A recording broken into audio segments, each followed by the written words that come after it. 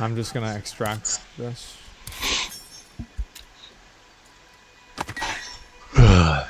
But now, whenever Luckily, I did not that, buy.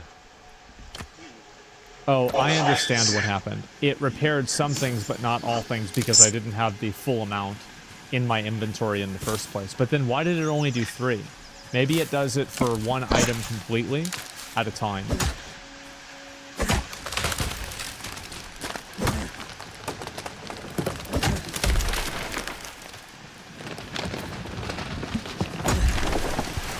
You can't half repair? Yeah.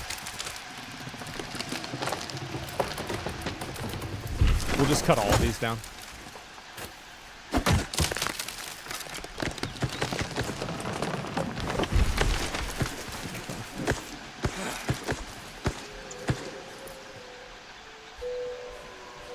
Let's go back. For future reference, you can right-click a specific item on the bottom of your screen and then pick it up to pick the item to repair it. Really?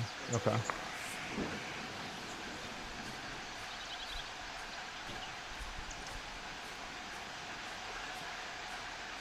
It's easier to use chainsaw. I think next time I will use the chainsaw. That's a better idea. Thank you.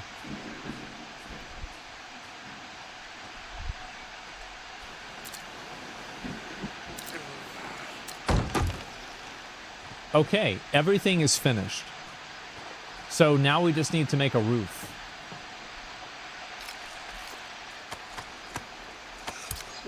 Okay, so how do we go and make a roof?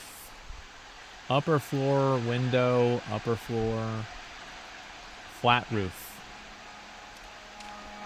Okay.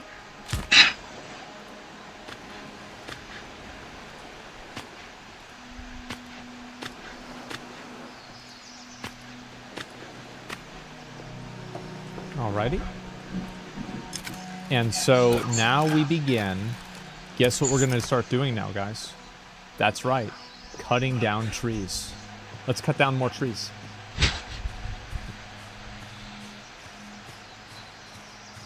No life. Oh, I need to have more food.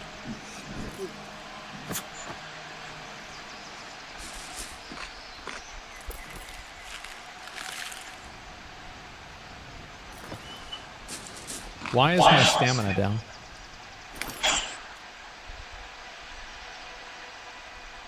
Okay, I need to rest.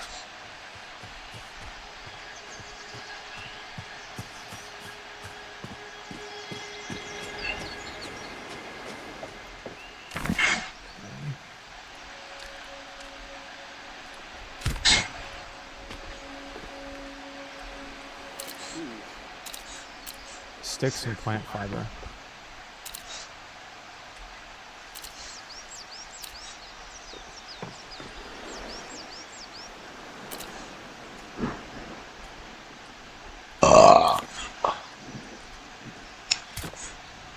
What's the difference between auto add resources and auto add resources from inventory if both of them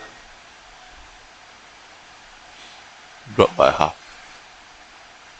Then it will end up like Enshrouded.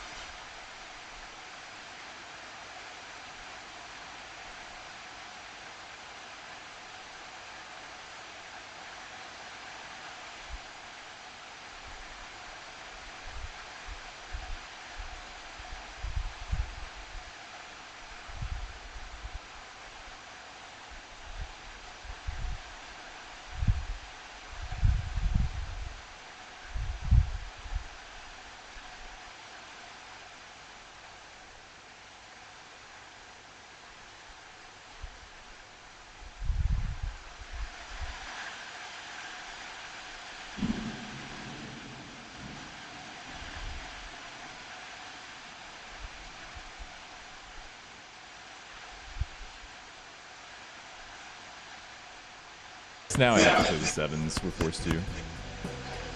This isn't going to score that well, though. What is this game? Roguelite video poker. It's a lot of chips, but... Actually, wow, that is... Whoa. Okay, I didn't think that was going to win. That's way higher than I expected.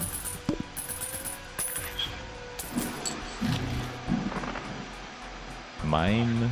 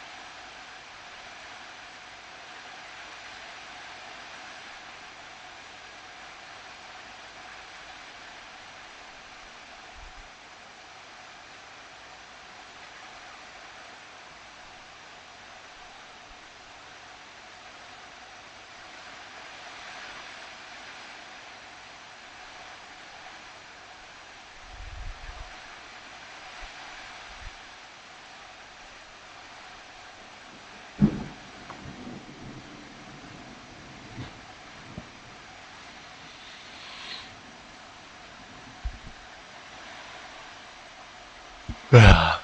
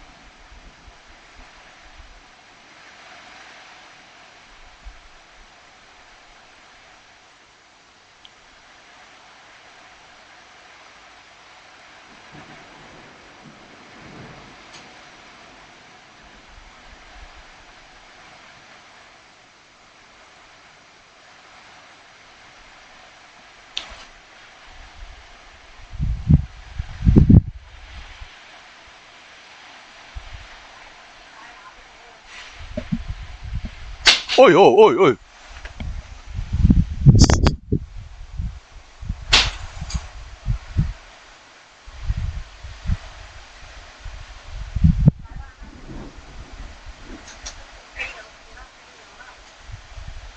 哇，TV 都要跌了哦！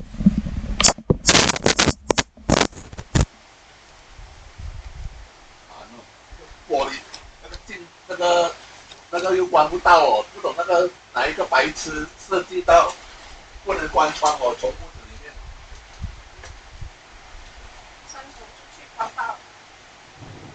哎，不懂哪一个白痴弄一个网是开不到，不能关窗哦。老鼠进来吗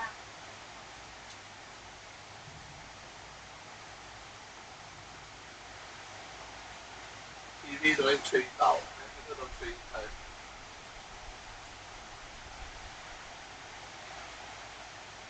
哇，搞网也真的会演技。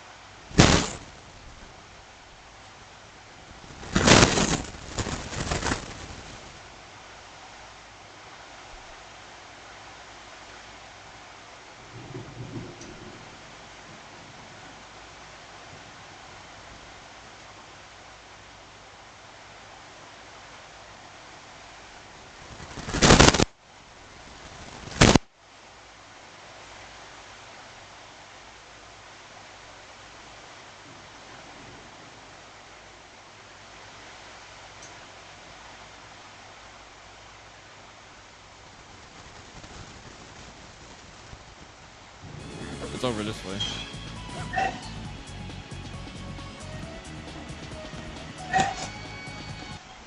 这里有去人那边瞧瞧吧。杀爆苍狼，可恶！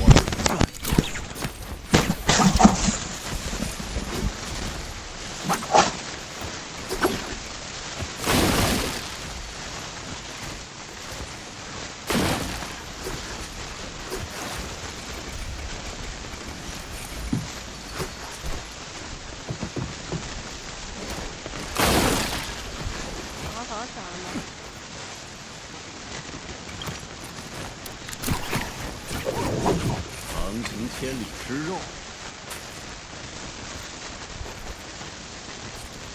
这个蛮讲。有好东西的香味。去船上捡吧。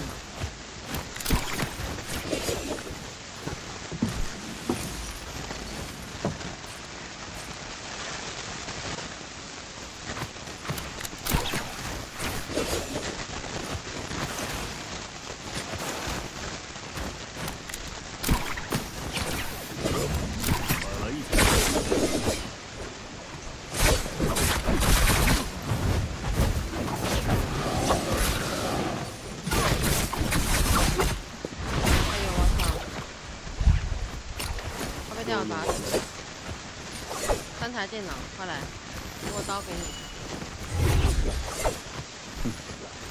逃过你。哎呦！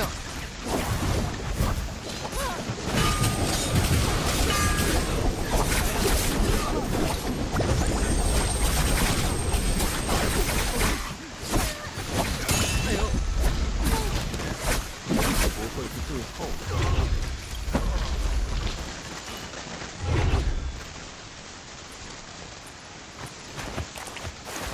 还好在。想要来吃花吧？有好东西的香味。还可以再收一下。没有啊，我们进来一下子，这里没人跳，不好意思。然后我就直接跳这里，然后我就吃了2只虫，虫天。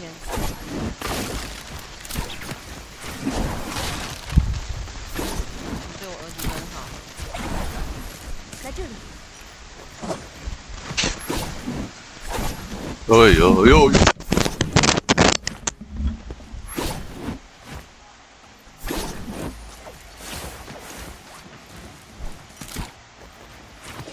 来了。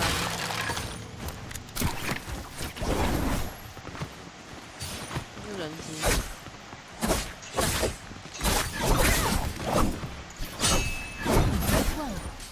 想要来吃花？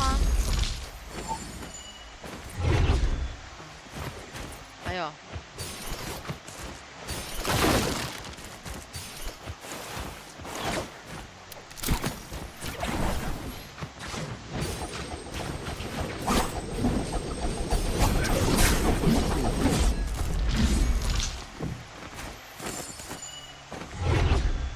我想把这东西带回草原。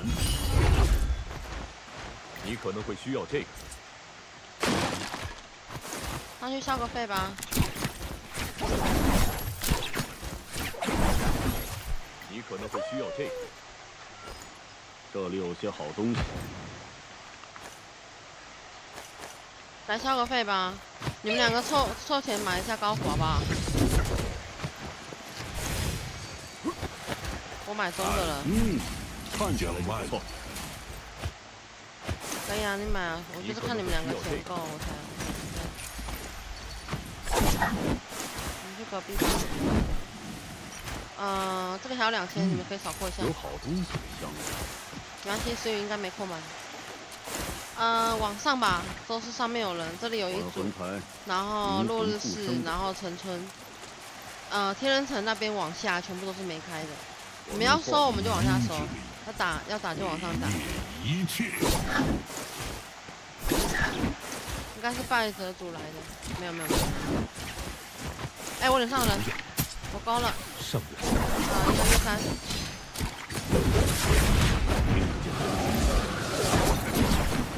他是真人。掉了。小豪，你要跟着拍吗？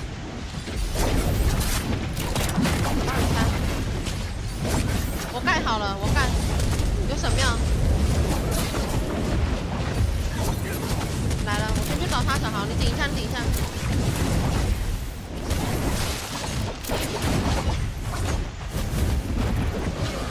好的，别动。是了，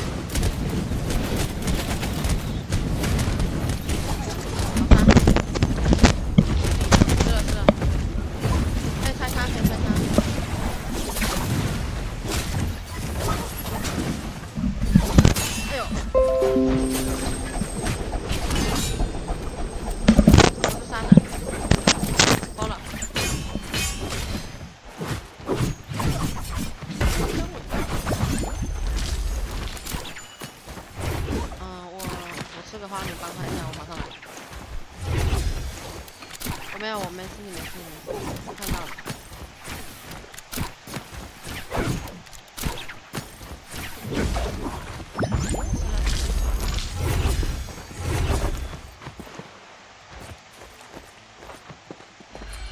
虫吧？还好带了洞里这个，我最近他们怎么吃掉啊？来这里，好像今天要出了。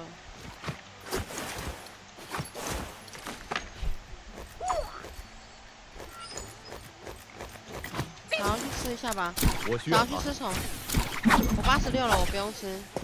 想要去吃，我86了，我不用吃，你们吃。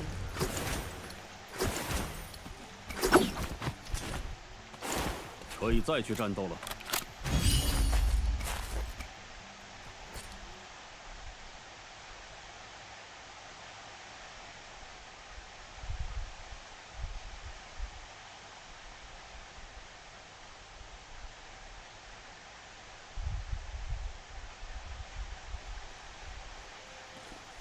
Do you want a Shura to be your ship? That is a good choice. He'd make a wonderful ship. I tried. Nothing but basic survival game stuff for the last 2 hours. Game seems meh.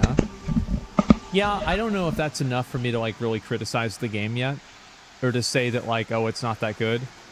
But the AI, yeah, the AI for monsters, and like, I've always felt that any single player game, or sorry, any melee combat first person game is not very fun to play. Personally. Like, I've never found a melee combat first person game not just annoying. I just don't like it. Like, I would say maybe the energy sword in Halo was okay, because it, like, locks you onto them and you can attack them that way. Maybe that's okay, but just in general, I don't really like Chivalry 2. Yeah, but I'm not playing Mordau or Chivalry 2, right? I'm not doing it. Cyberpunk? I just played with random weapons, right? You can put it in third person. Yeah, but like, I bet playing this game in third person is like playing Starfield in third person, am I right? Like, this is the game that's meant to be played in first person.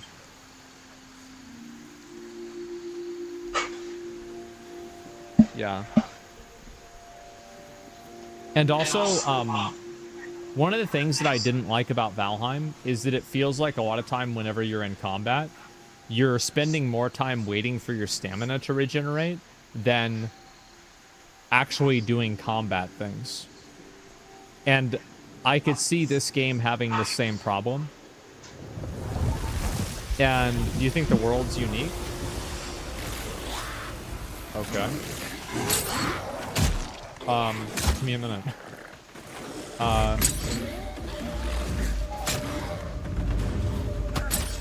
It's like right now, like my stamina is empty, right? Okay. It just doesn't really feel super good.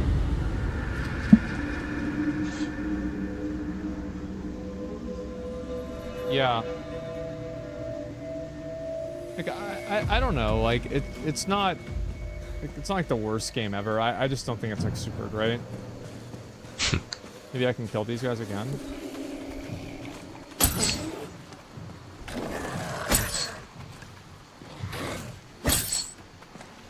That's cool. So you can like keep him CC'd by hitting him like that. I actually think that's pretty cool.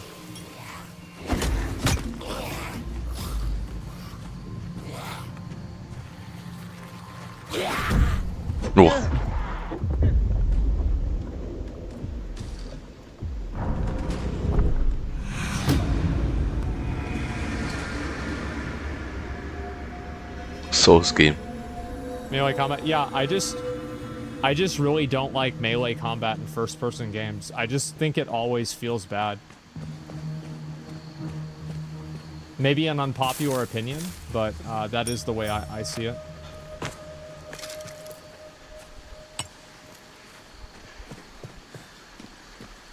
Push the damn F5. Where's F5?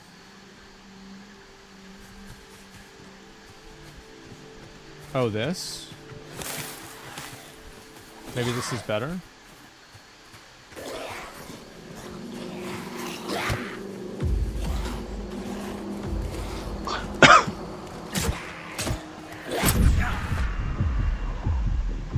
Just move weird, man. Like, how does an NPC do that? You can block? Okay.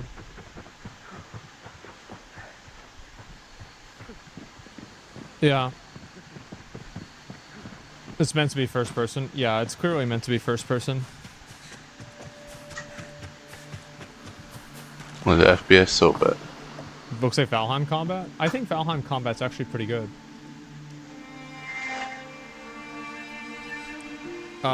Why so many games in general are stamina heavy nowadays? Yeah, it's not very fun. Like, I think that that's really what it comes down to, is that I just don't think that it's very fun to play a game where you're constantly having to manage stamina inside of a combat situation. Like, in Dark Souls, you don't really even have to do that in the same way. Like, some of these survival games, you have to manage stamina more than you do in Dark Souls or Elden Ring. It's just annoying. And, like, does it make the game harder? Yeah, I would say it does. Like, it does make the game harder. But it also, like, makes it less fun to play.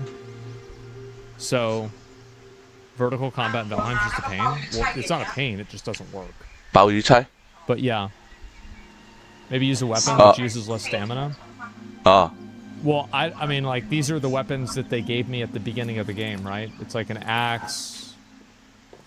Like, I don't know, is that better or not? It'll probably do less damage.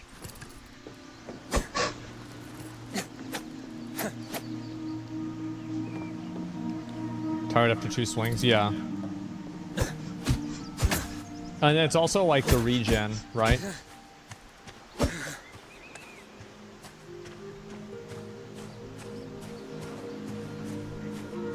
That's a while.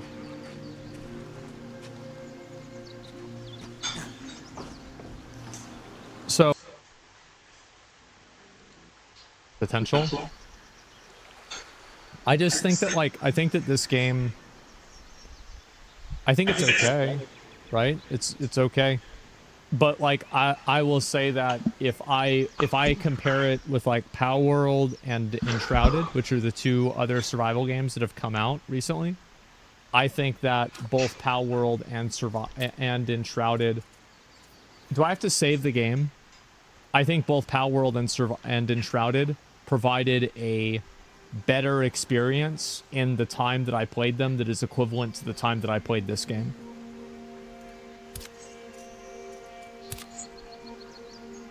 So, you know, you can talk about, like, how good or bad the game is, but that's basically it. It's a 2-hour review. Yeah. Well, it's not even a 2-hour review.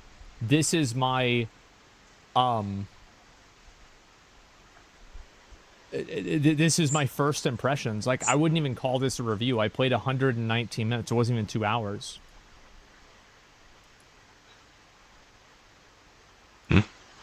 190 minutes is 2 hours. To watch with everyone else on there. I really liked Enshrouded. I'm probably going to finish that game off stream. You can still refund? Well, why would I refund? I mean, it's not that I hate the game.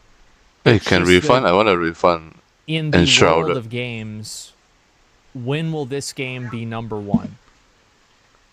In terms of, like, my priority of which game do I want to play.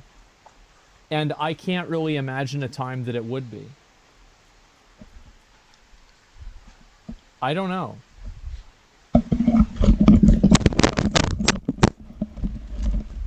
Enshrouded's a better game. I really thought that was a great game. There were some annoying things with that game too. World Boss, maybe? Look at Steam reviews? Yeah, sure. I can look at a few Steam reviews before I want to take a shower before I go to bed and then sleep. And then hopefully I wake up as soon as possible and we play that game.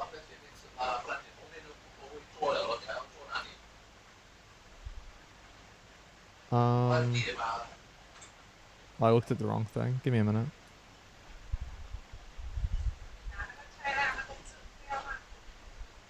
Support discussions, maybe? Community hub? Reviews. Okay, here we go. Nightingale is a striking game with some obvious yet fixable problems. Quick, weird, sometimes ugly character creation. Yeah, every character's ugly. Absolutely no need for a survival crafting game to be online only. We're at the mercy of server stability and inability to pause. Why even have to play solo cooperatively? Yeah, I don't know why you need to be online to play this game. I don't think it's like, I don't really care about online only. I think this is like a pretend problem that almost nobody really has.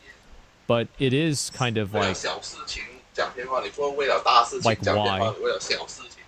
why? Playing solo, can't play because of network error, great. Must collect to a server to play. Enjoy your nice 170 ms.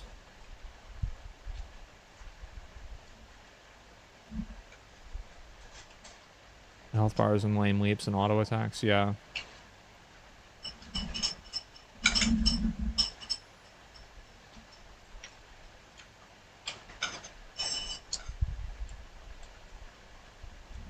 There's Mary Poppins with strap. Yeah, true. 你炒飯係燜飯啫嘛，不要炒了啦，哎呀，咁蛤蜊啊！燜飯 These are only people that are complaining about 炒什麼鬼飯？ about the game being online only. I mean, like, if people don't like that, I mean, I'm not saying that, like, that's an invalid review. That's a totally fair thing to say. If you don't like that element of a game, then I think that you have every right to say, this is fucking stupid and garbage. Personally, I don't really care about it, and I don't really see why a lot of people do care about it. But my personal opinion that is I mean, there are other people that disagree, right? It's like, I can't tell, like, nobody can tell me that it matters, and I can't tell them that it doesn't matter. You know what I mean? And also, like, if they're getting bad MS, then it does matter directly, and it's negatively affecting them. So yeah, that's about it. I had 200 MS, it was unplayable. Yeah, I think that's a totally different thing. I'll be right back, and I'll talk about this a little bit more, okay? Nightingale got shit on. Wait. Actually, I did not buy.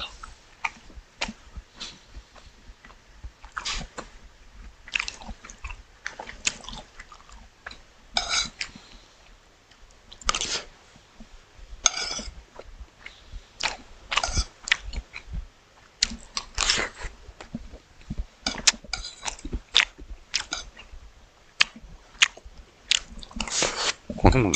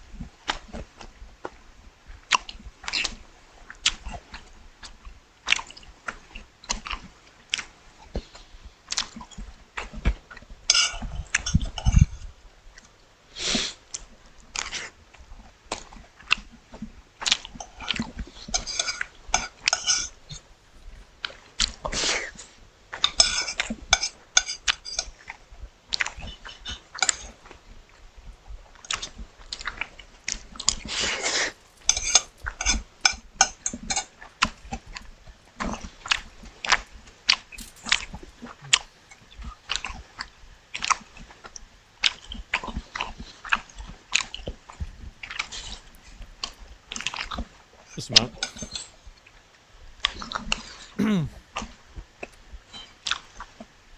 Your mods are abusing their power? Good. You have to let the people know that you're willing to kill them. If you're going from art If you're comparing a game to Ark, you've already lost. Ark is garbage. It's a bad game. On the most fundamental level, it does not function in the way that a good video game should function. Are you allowed to like the game? Yeah. But are you allowed to tell me that it plays well? No. No. It's a piece of shit.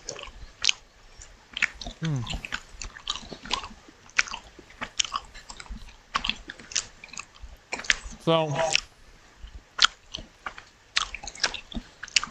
that's about the way I feel about environment scrub. What's it?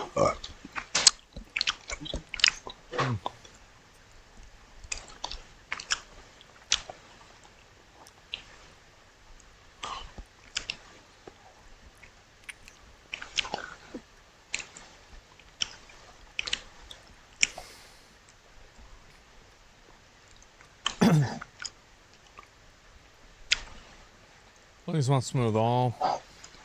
You gotta open the build menu. Yeah, it's annoying to open build menu and do that. Yeah. Is Lost Ark dead? I don't know. But yeah, anyway,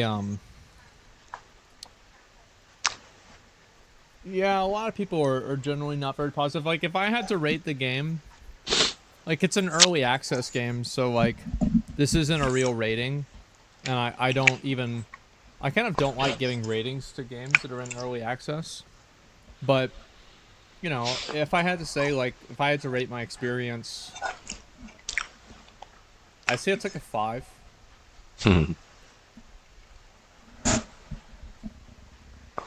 Fail. 5.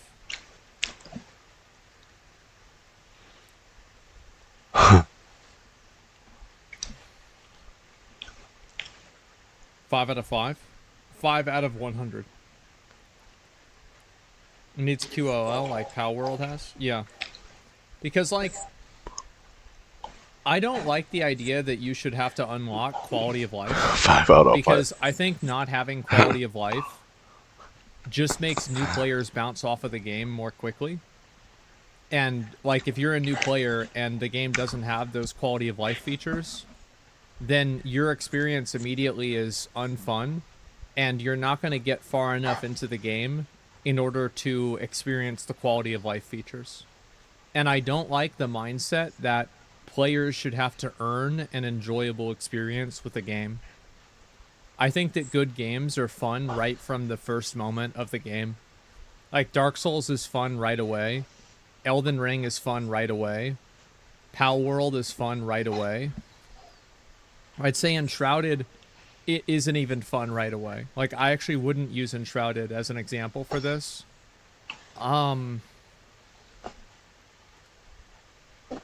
Lost Ark is fun right away. That's a good example. New World is fun right away.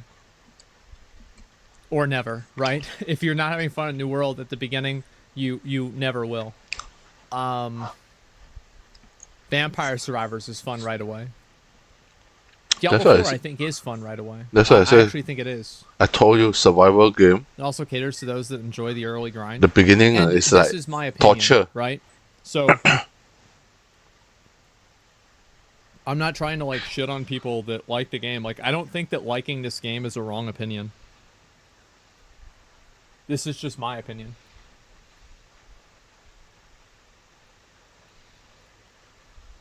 Power World has a long ass intro. It isn't awful, but it's kind of boring. Oh, I didn't feel that way personally.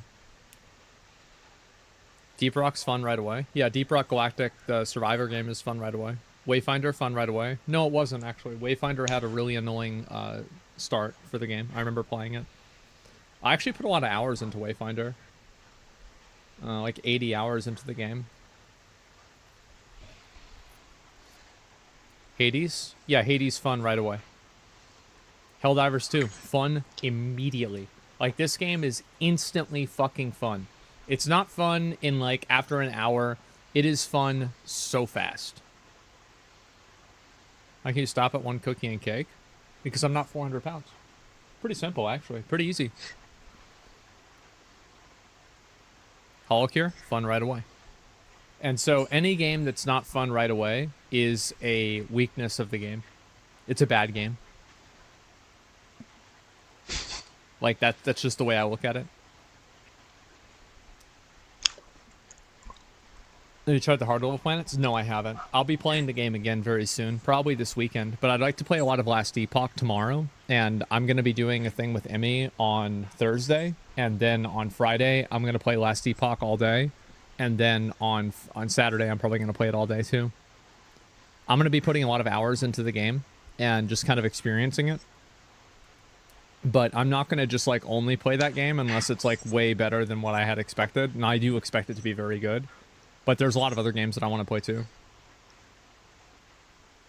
Patriot of Patriotism. Yeah, exactly. Like, I want to do another Helldivers stream. Like, my plan today was to play with Emmy and maybe Nick and S-Fan. But it just ended up not happening because we... Emmy wasn't able to. Playing Fireball Sorcerer and Last Epoch, really good build. I think I might just go Spinny Boy. I'm going to go Void Knight, Spinny Boy. Please fix schedule. I have. I woke up today at 1 p.m. and I had to, I went to an appointment to deal with my back, which apparently they're telling me things are getting a lot better, and you know, I'm doing better, which is good, and I feel better too. So that's an improvement. And also then after that, I had to deal with a prescription that I have. I sat on hold for like an hour almost for that, and then I took a nap. And then I went over, I helped my dad with like a number of like different like little things. And I didn't get home until like probably 8 p.m. And then I went live at about 9. Adderall? No. I have a muscle relaxer I take because of tension in my neck. And I've just taken it for years. Yeah, that's about it. But anyway, guys, thank you all very much for watching. I really appreciate it. I hope you guys had a good time, and I'll be back on hopefully as soon as I fucking can be. I'm not gonna wake up early because I don't like cutting sleep, but I'm gonna wake up, and then whenever I feel good, I'm gonna get up and we're gonna stream Last Epoch for probably a long time. Like I don't know if I'm gonna go like into the night or anything like that. I might just stop at probably stop at like 11 or 12. Tomorrow, like midnight, and then just wake up the next day and do the same thing again. But yeah, that's currently what the plan is. Anyway, gentlemen, thank you all very much for watching, and until next time, boys, peace. See ya.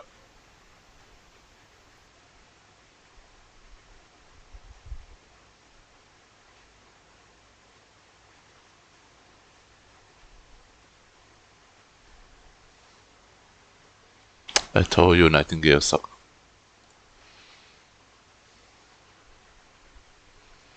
Luckily did not buy. Not wasted the money. Lol.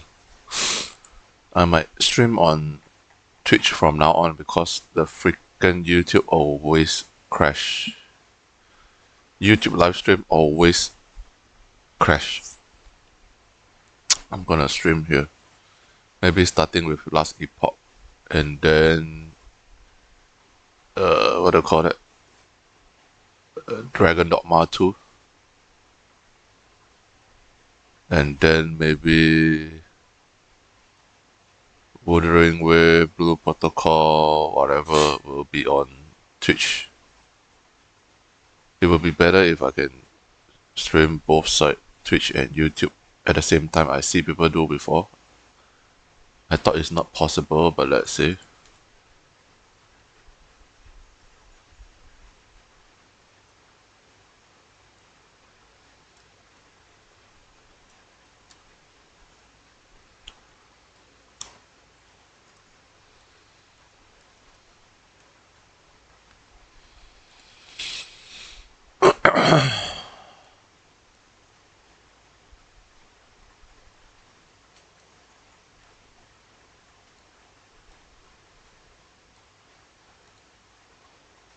Restream.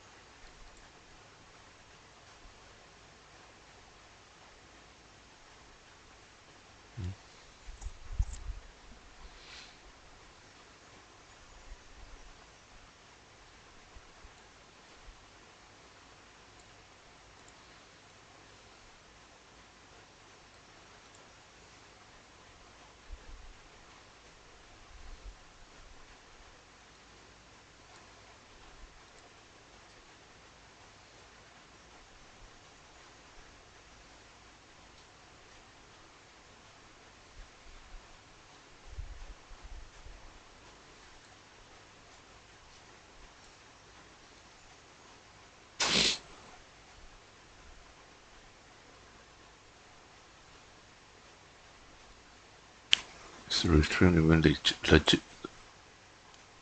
Ukraine, fuck you, man.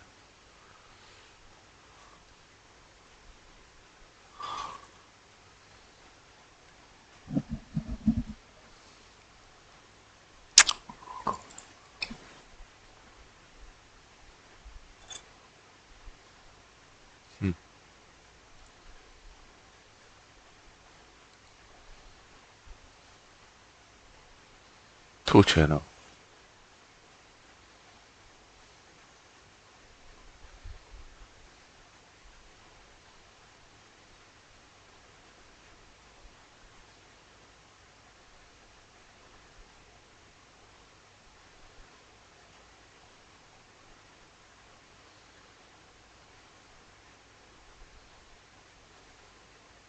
Only can stream in 720p. No thanks, man.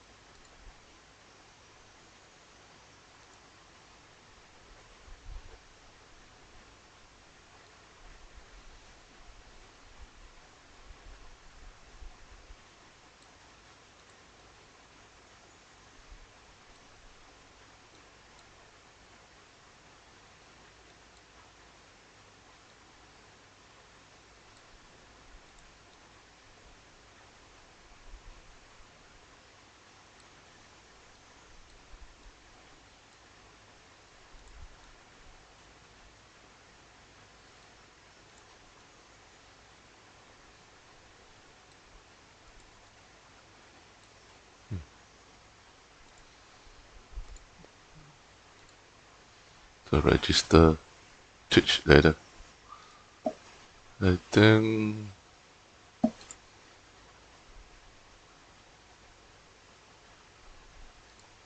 1 or 2 a.m. can play Last Epoch already.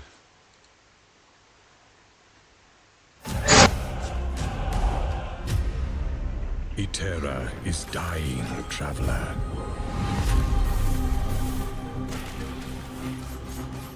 The void I don't want consumes our world to spin anymore, it's so stupid. and drags us deeper into madness. Maybe the bird, We're all out of time. maybe Falconer. I don't question your resolve.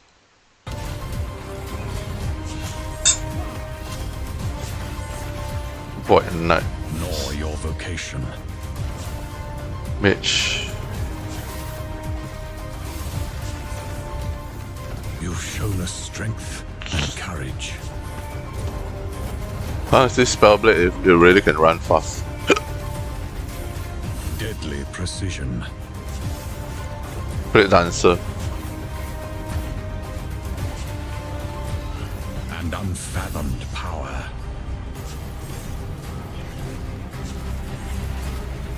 But even you must now see.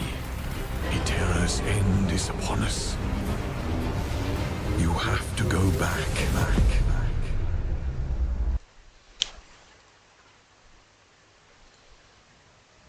Great Dancer.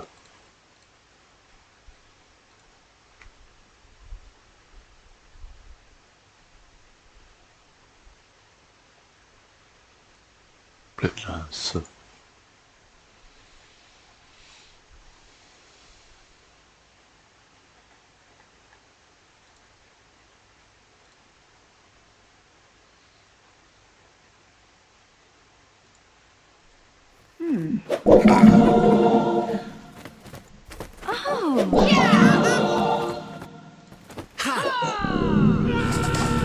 Hi everyone! Last Epoch releases on February 21st, and of course I want to bring you some up-to-date build guides for you to enjoy. Lately I've been blasting the game quite a lot, in particular the Rogue. So this is the Blade Dancer Shadow Dagger Rogue that you're seeing here right now that I've been practicing speedrunning with. So I want to race on hardcore, and well, Rogue is a pretty fast class. So if you're a zoomer, then this might be exactly the build for you. Shadow Daggers has been nerfed a little bit in the final patch notes in 1.0. However, it doesn't seem to be like, you know, really massively impacted. It has a really high damage output, and especially early in the game, you can decimate everything with this build and fly through the campaign. On my first practice speedrun, I was able to do the entire campaign in 3 hours, 15 minutes.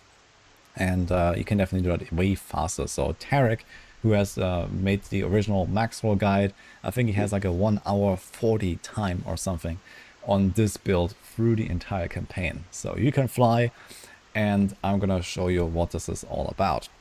So first of all, I want to give a shout out to Tarek, who made the original guide here. This is basically his build. I've adopted it and I've tweaked it a little bit, but it is a very fun and fast leveling build in particular. There are also endgame versions of this. You can find them here on the tier list as well. If you go to, it does have a bit of crossover, but need to stack up basically a deep. You're gonna specialize into 1 stack of Shadow Daggers. Like the stronger one, I'll try to invest into this region here, but there's also the campaign step by step here in this guide from Tarek, so you can also see exactly when Shut you're the gonna read. fuck up, man. Ugly bitch.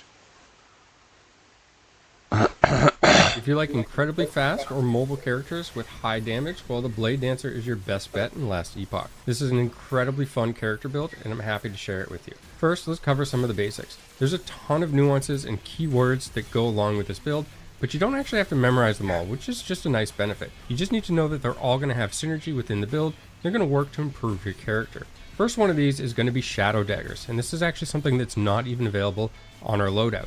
In fact, if we look at my skills here, this is going to be Umbral Blades, Shift, Shadow Cascade, which was hidden for a second, Smoke Bomb, and Decoy. So what is the Shadow Dagger I'm talking about? Well, if we go into some of the tooltips here, you'll see that we'll gain an ability called Sword Thrower, and then here we'll get Lethal Darkness. Umbral Blade hits inflict a stack of Shadow Dagger on hit while using a dagger. Shadow Daggers, reaching 4 stacks, is going to plunge into the target, dealing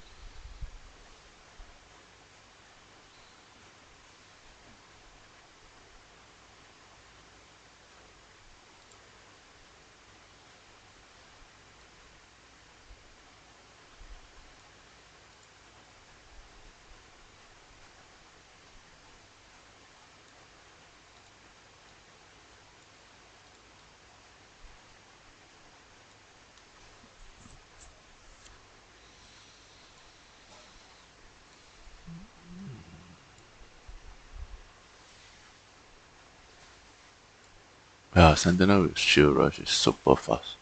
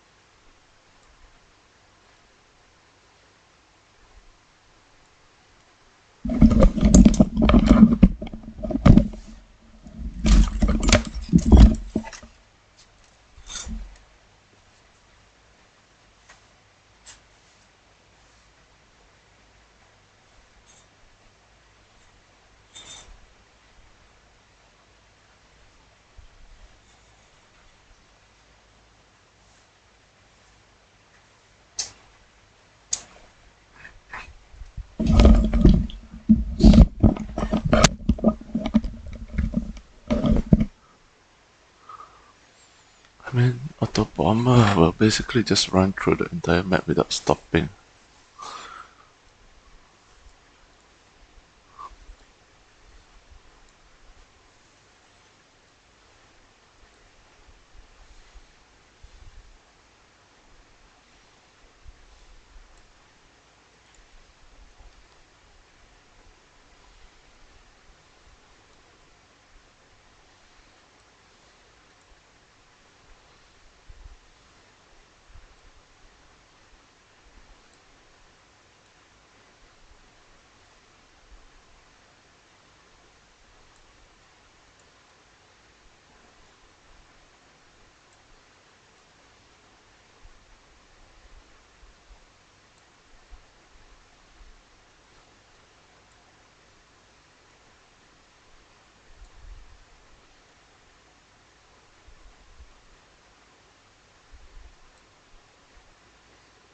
Ah, Shura is so far, man.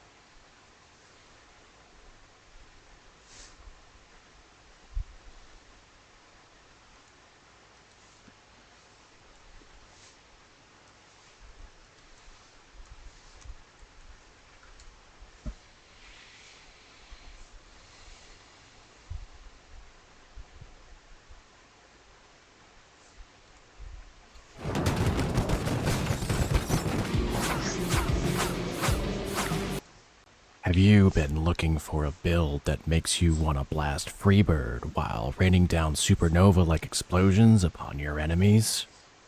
Is it vital to you that the build can also move at warp speed?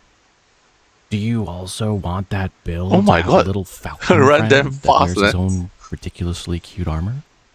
Well, that's weirdly specific, but lucky for you, How did I've you got run so just fast? what you've been looking for. All right, hello and welcome. This is the Shadow Daggers Falconer Guide. I've been waiting for a while now to put this one out. I'm really stoked about it.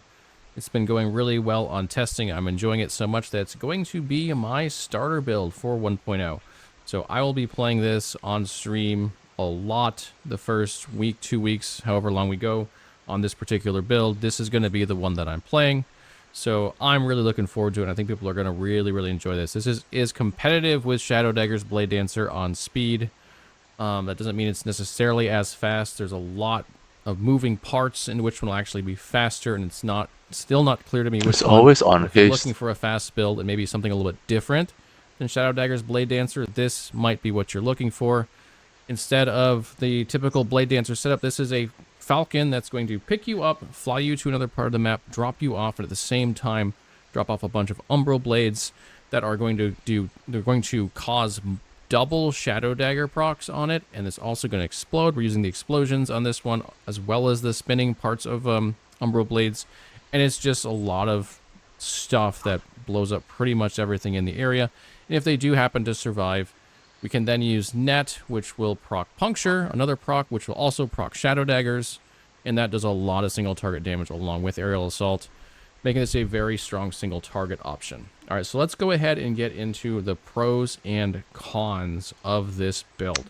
Oh, So it haste is every time. tanky. It is. We'll see if it's as tanky as the Shadow Dagger Blade Dancer. There are reasons to think it may be and reasons to think it may not be, which we'll get into a little bit as we go through like the gearing section. But regardless, it is not going to be a pushover. It's not going to be super squishy. It is exceptionally fast. It is competitive with Shadow Dagger's Blade Dancer. It does very good damage, arguably probably better single target damage than Shadow Dagger Blade Dancer, and the clear is very high as well. It is good at all content. There is no content that it's going to struggle to do. It's going to be able to do tier 4 dungeons. It's going to be able to do corruption pushing. And of course, it can do speed farming. As far as cons, it is somewhat minion reliant. This is definitely new for a Shadow Dagger setup, but basically that comes down to Aerial Assault has a node that gives it 10% cooldown every time your Falcon hits something. And so if your Falcon isn't hitting things, you're not getting cooldown. But overall, it's not usually too much of a problem. And it's kind of fun to have the Falcon helping you out in that way. It does require some mana management, but most of that goes away when you get the right rings with the minus throwing mana costs. Once you get those.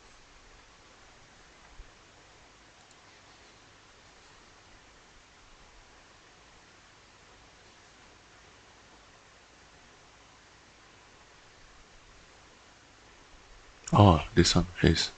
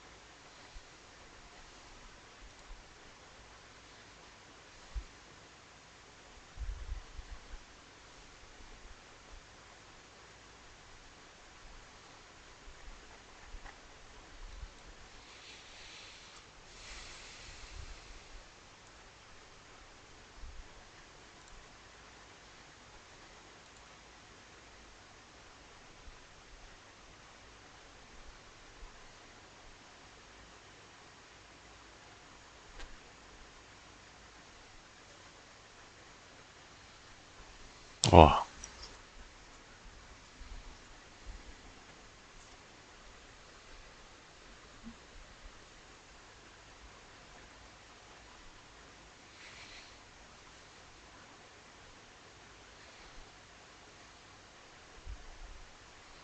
I'll make a fastest movement character in last epoch.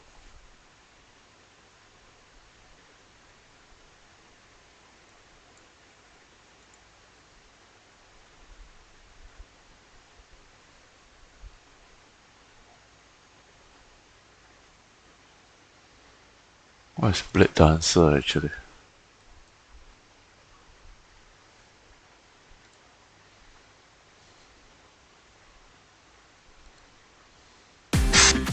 Rideshare lain ada tak macam ni?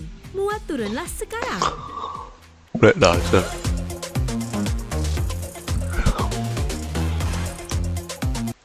Were you in the ballet as a child? Do you absolutely love going to clubs? Do you wish you could just dance all of the time? In the shower, the closet, even your car?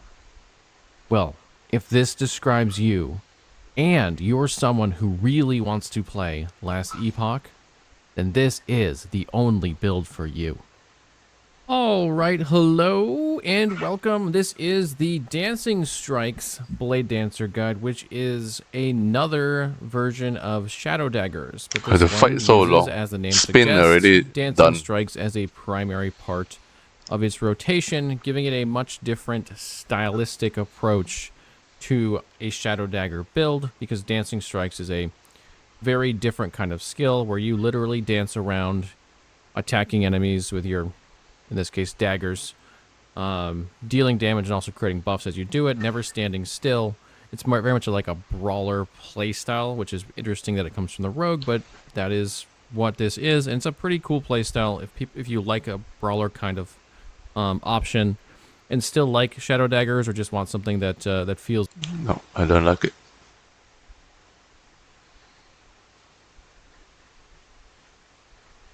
Falconer look nicer.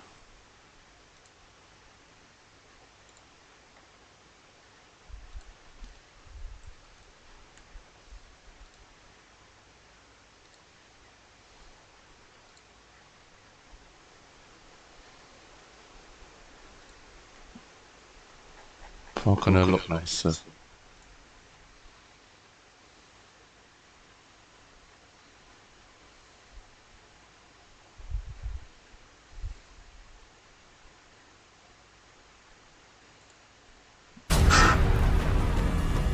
The world needs the Avatar. Hey guys, Bostron here, and today let's talk about the build that I'll be league starting with in 1.0 for Last Epoch, which is the Explodey Ballista Falcon. So first time I saw this build was actually a few months back. It's actually 10 months old at this point. Posted by Bina. Back then it was kind of a meme, and that was because there wasn't really much minion support for the rogue. Quickly give you a rundown of how this build works. Ballista has a lot of support for different damage types, right? You can go more attack speed, you can go more damage in general per hit, you can go ailments, right? You can go for more. So basically what that means is if you have 100%, so cap crit avoidance, you get 66% crit multi. And it also means you can go over on here, which used to be the go-to. However, they nerfed it quite a bit by...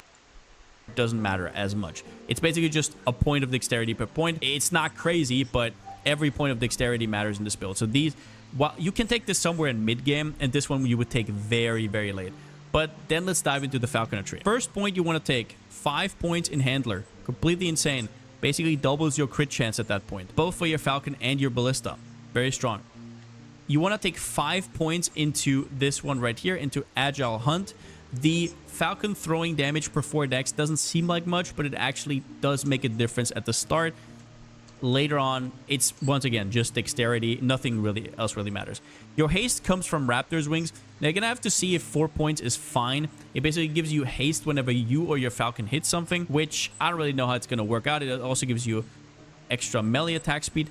might be that you actually want to go for expediency later. This is basically whenever you press your potion, you get haste for a certain duration and also haste effect.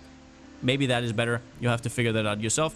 We put 2 points into Wilderness Scout just so we can get to stamina of the rover. Mana gain on dodge, huge. A little bit of mana regen, a little bit of dodge. Pretty neat. Tactician is broken. 18% base damage for your ballista. Once again, your Falcon gets a little bit extra as well, but it's not that big of a deal. The next points are going to be a little bit weird because Deflect and Weave basically gives you block and glancing blow chance. So this is important. If you are actually going to go for a sword and a shield, which you can, you do not necessarily need bow and quiver to play ballista. That's how this game works. If you go for a shield, you want 4 points here because you don't want to get that 5-point bonus.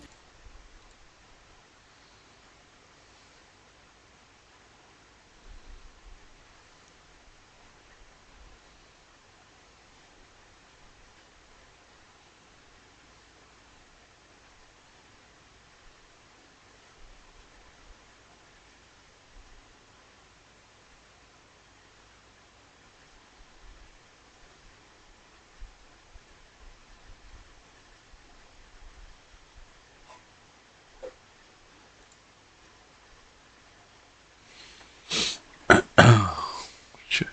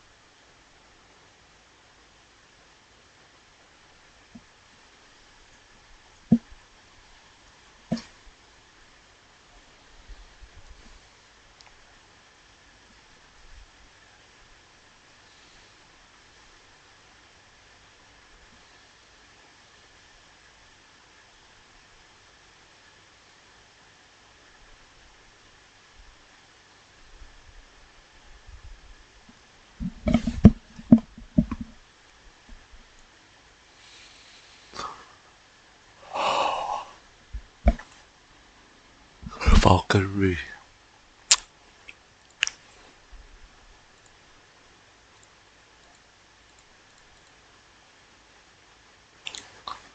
Skill tree.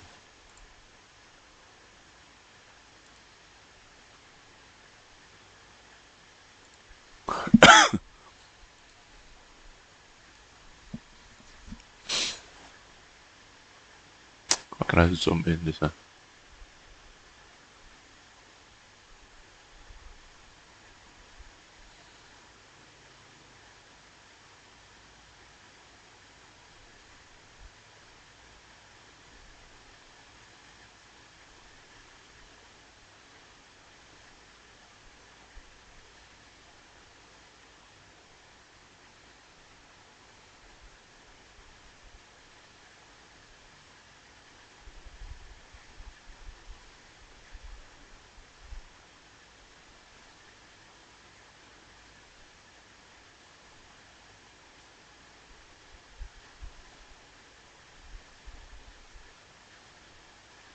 Point.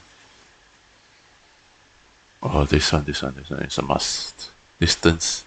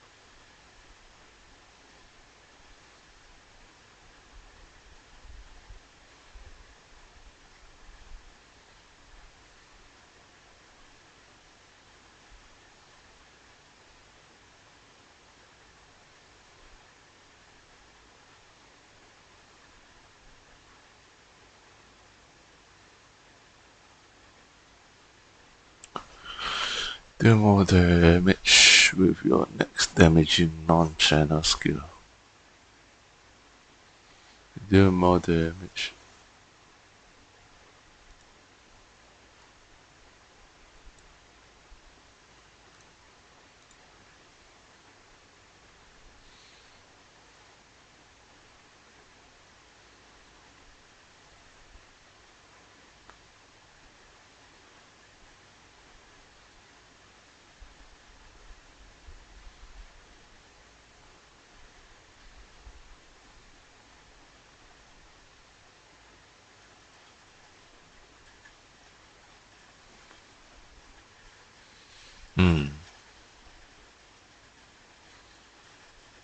Wow. 50% increased movement speed for a brief moment. Nice, man. Keep spamming shifting. Get 50% movement speed. 1.5 seconds. Crazy. I will be using this.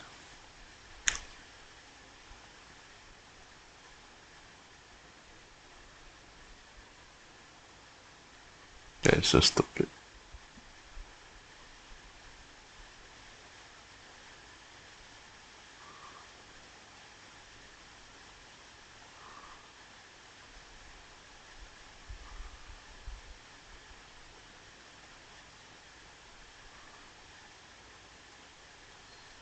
Wow, shifting is so important.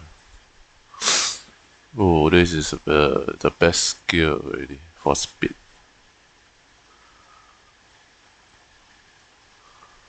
Let's see Falcon's skill. Oh, let's see passive for movement.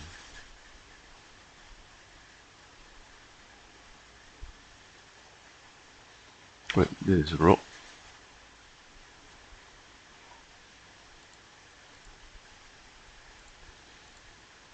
Using a bow.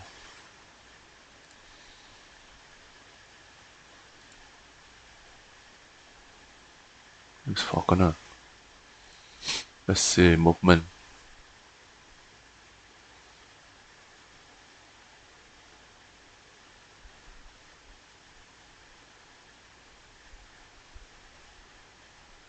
Oh, agility.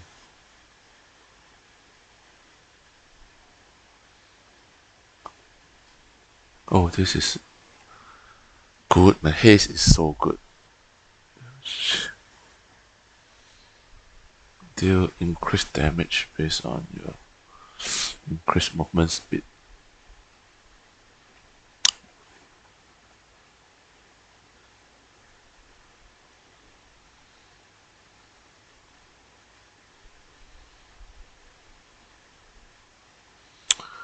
My mission is to get the highest movement speed in this game. Yeah.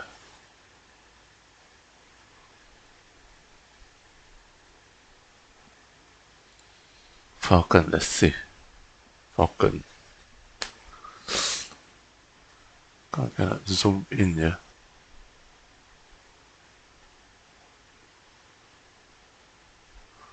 I'll zoom in this thing.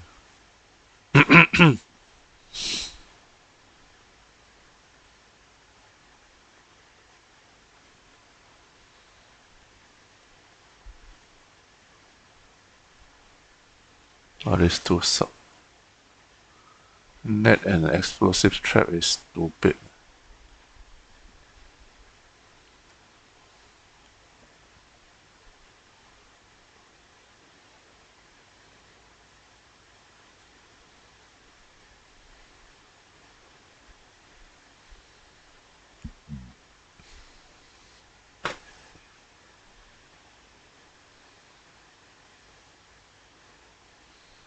Aerial assault. Dive bomb. Meaning this tool is the only useful skill.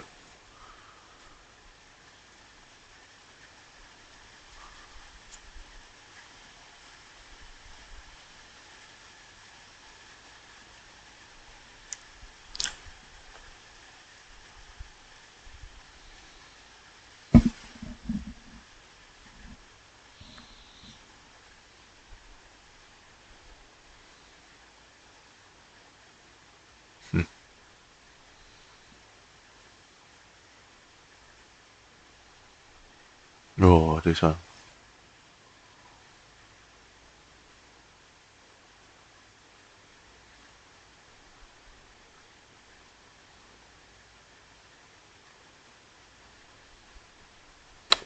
Tailwind.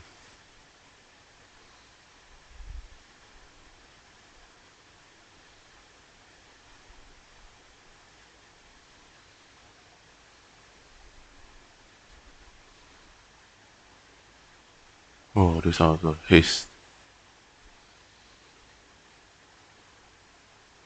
Damn, nice. A lot of haste.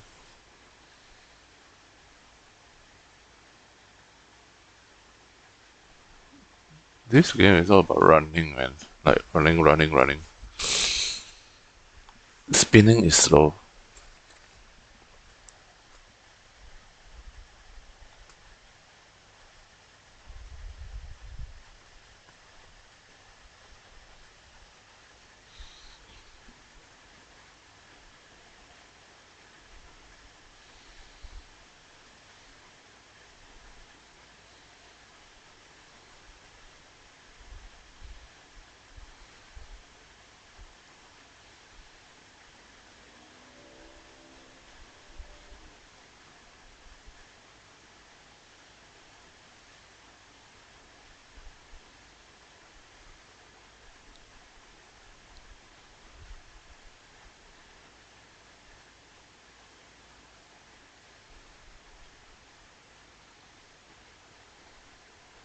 This passive.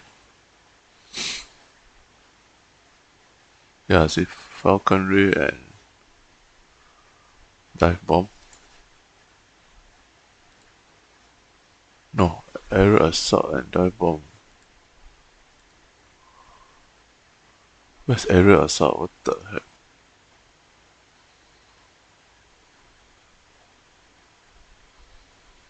Is aerial assault good?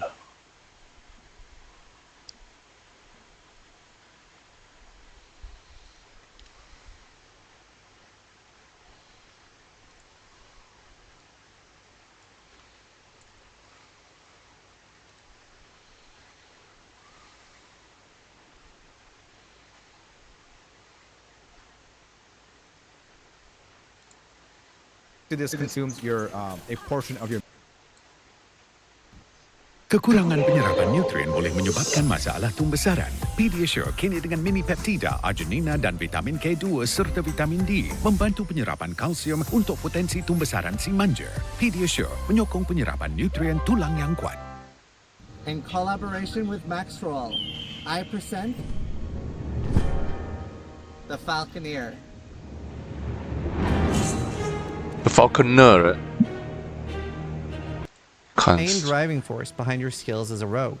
If you enjoy raining death from above, besting your enemies with a sword, bow, or talon, and swiftly maneuvering the battlefield, the Falconer brings a completely new twist to minion gameplay. In this video, we're going to show off the new skills and show off cool interactions from the Falconer. Then we're going to talk a little bit about the different archetypes that the Falconer offers, followed by showing off some builds that will have guides ready for launch.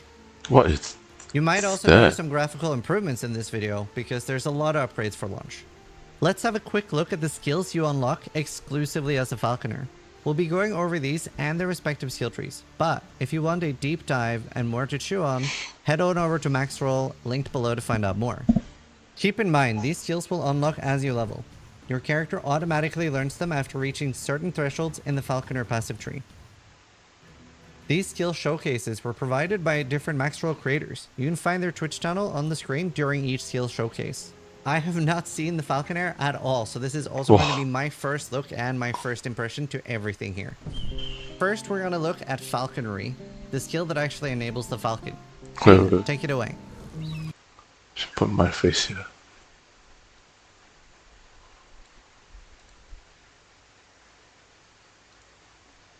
Alright, so this is the Falcon from the Falconry skill. As you can see, as you walk by you, he just passively auto-attacks everything. He is a minion, and he is invulnerable to any attacks, so you don't have to worry about his survivability or anything like this. He also has access to an active skill, which you can see him dashing his way here through the enemies and killing everything in its path. This is obviously on a cooldown, so you won't be able to spam it, but there are ways to reduce its cooldown and being able to spam it even more. Oh, that's good. It's good Basically, also. this is your Falcon, which you can see him Falcon dashing strike. his way here through the enemies and killing everything in its path.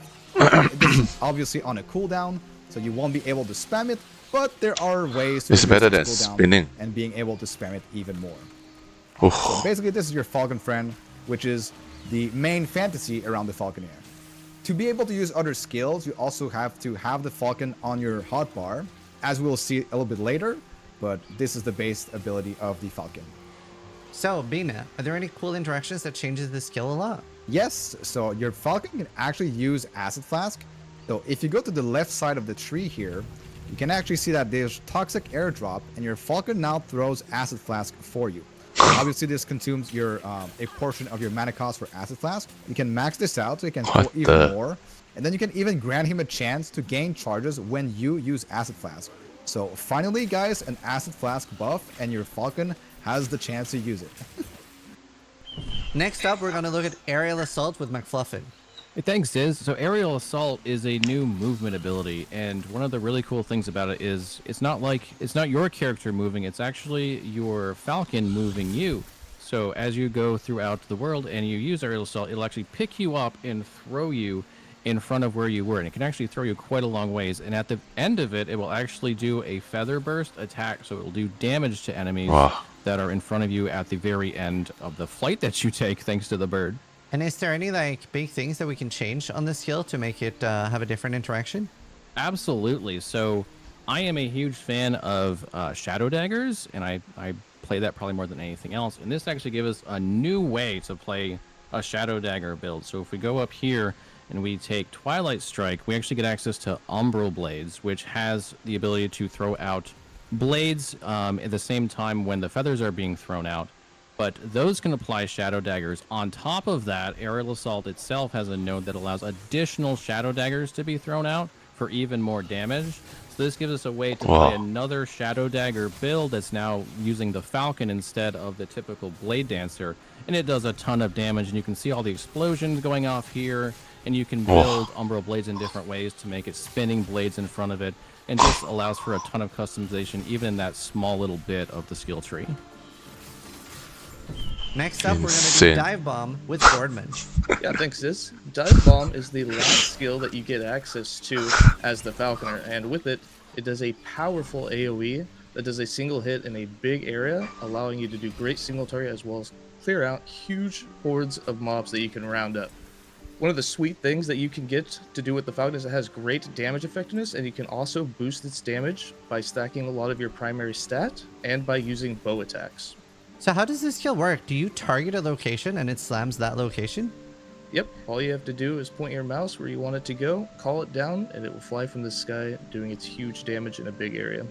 Do you know what's the lowest you can get the cooldown to? So the cooldown has a couple of interactions with other skills that actually replenish its cooldown and gives you cooldown recovery every time that you use like traps, for instance, and they explode. You can take off 4% of the remaining cooldown, so you can actually make it be reused really, really fast. Wow. And is there any nodes on the skill tree we can take that changes this skill drastically as well? Oh yes, it has a couple of synergies with other skills. For instance, if you go inside the skill tree, you can make it to you can target, over here on the right side, the decoy, and when you hit the decoy, you can make the decoy explode instantly when the Falcon blasts. So you actually have decoy, you can throw it out, decoy will then call in all the enemies to target it, and then you can make it explode as soon as the enemies are close by with the dive bomb.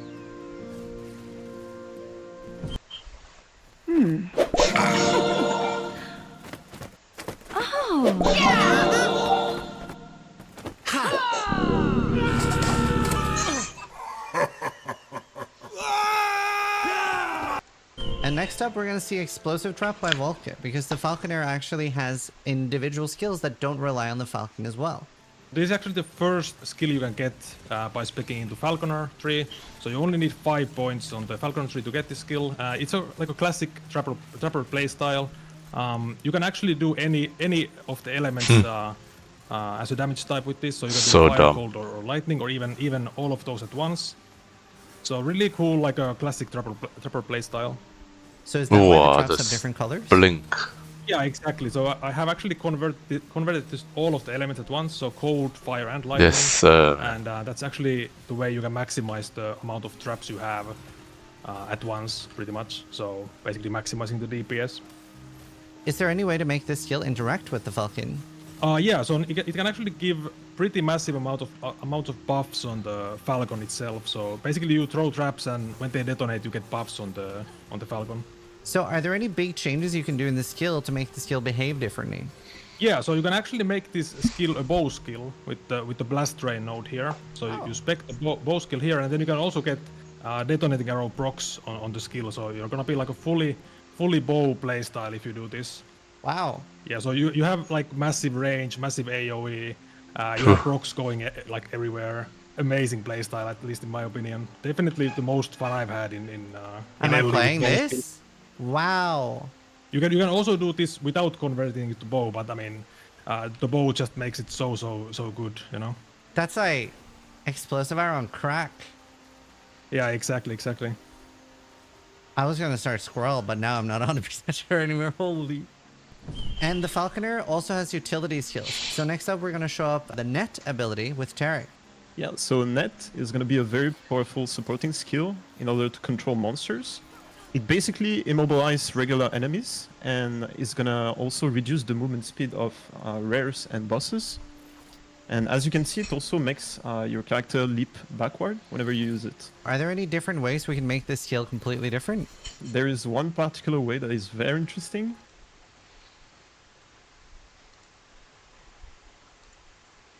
At the bottom of the tree here, basically you're going to convert the net into a trap, and from that trap it's going to use puncture. Interesting part about it is that you can actually use bow attacks with it, so it's actually like a range playstyle. So are those caltrops that are falling down from the net? This is also another part of the skill tree. Whenever you use net, is going to throw caltrops where you use the ability, and it's also going to use caltrops where you aim that. So it's kind of like leaving behind dot on the ground. So now it's basically a clearing ability.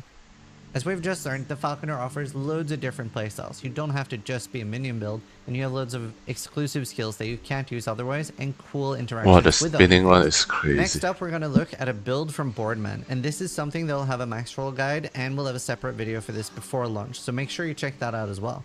Boardman, tell us a little bit about the build. Oh yeah, absolutely, Sis. This build's going to be using a lot of the Falconer abilities. We're going to have Aerial Assault, we're going to have Dive Bomb, we're going to have Smoke Bomb to buff us with our defense, Falcon Strikes, and then we'll be throwing some Trap. Every time that we use Aerial Assault, we'll leap forward, our Falcon will have a nice Feather Storm that he puts out there. We'll have Dive Bomb to come down and absolutely destroy enemies for single target in a necessary area. And then when you really need, you can have Falcon Strikes go off, which is going to allow us to just have a bunch of attacks on a whole bunch of enemies in a small area. And then whenever you need to buff your Falcon, we can throw out traps, and every time a trap explodes, it's going to give penetration for our Falcon, allowing his damage to scale and get absolutely ridiculous. Due to Dive Bomb having really great damage, a lot of added damage effectiveness and scalers with it, single target is just as good as clearing, so you can go super fast if you just want to speedrun echoes, or if you want to take on bosses. What's the tank on this build like? It's very tanky. You even get to leech a portion of the damage that the Falcon is doing, and because it does so much damage, you can pretty much always count on a ton of leech coming in to keep you alive. Why do trainers and coaches get paid peanuts for days of work while speakers get paid 5 figures? So Volka, show us more of the crazy bow build. Yeah, so we're using Explosive Trap as the main skill here. So proccing tons of detonating arrows and icicles like from fireworks. Winter Bow. Otherwise, it's a classic bow playstyle, so using shift for movement and smoke bomb and some of these utility skills like shurikens for tankiness. For full clarity, the build we're showing here is actually a marksman. This specs into the Falconer tree to gain access to its skills and passive perks.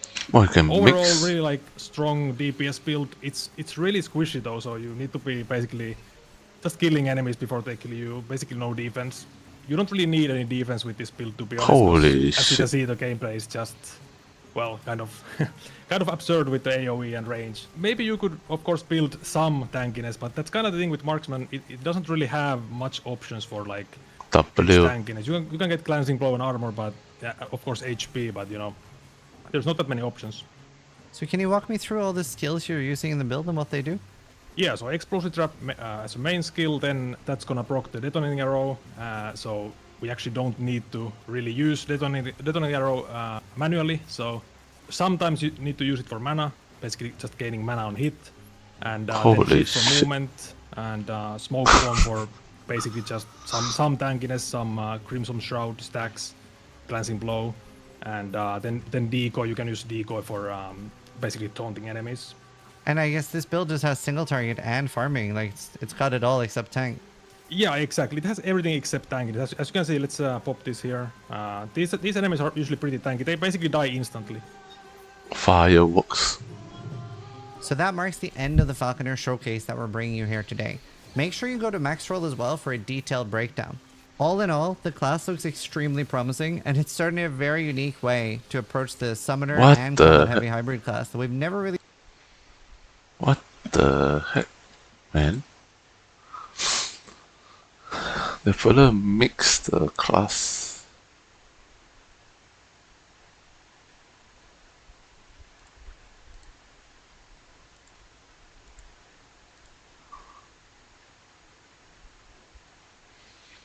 He used the explosive trap.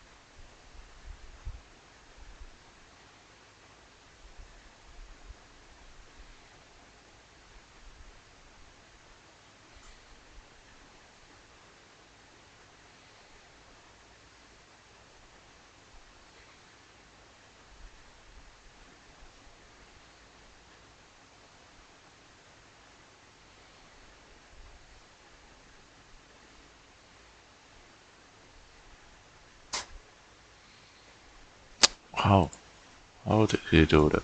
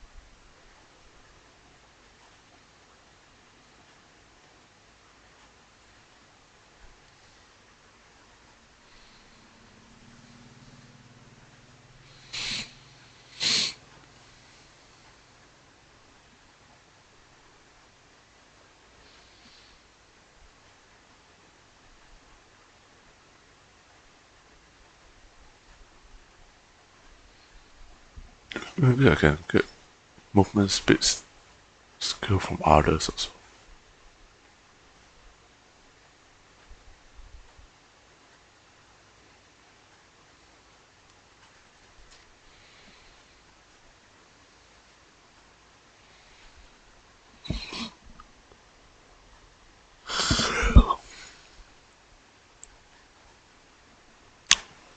I don't know how you do it. So you can go super fast if you just want to speed run echoes, or if you want to take on bosses. What's the tank on this build like? It's very tanky. You even get to leech a portion of the damage that the Falcon is doing, and because it does so much damage, you can pretty much always... For full clarity, the build we're showing here is actually a marksman. This spec... Oh, this hill.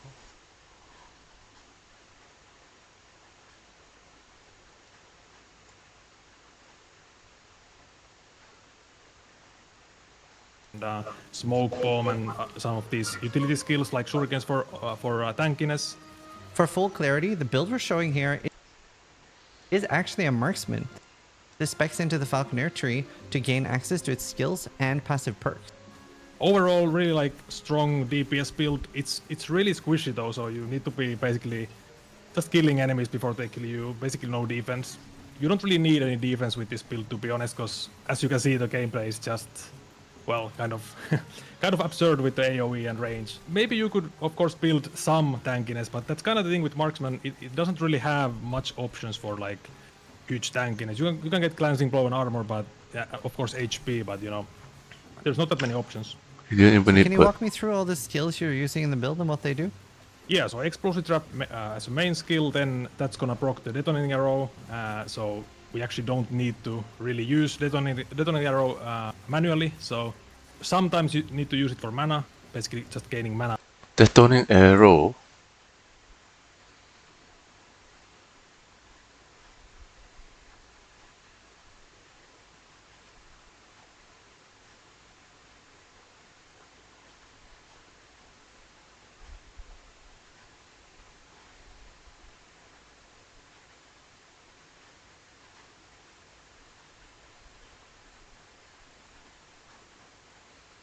What the heck is detonating arrow?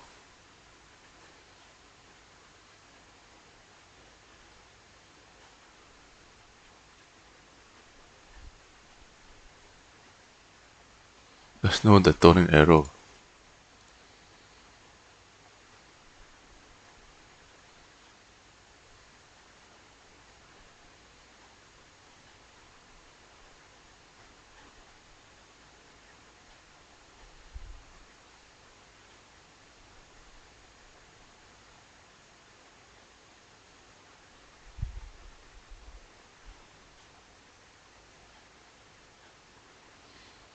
What the fuck is detonating arrow?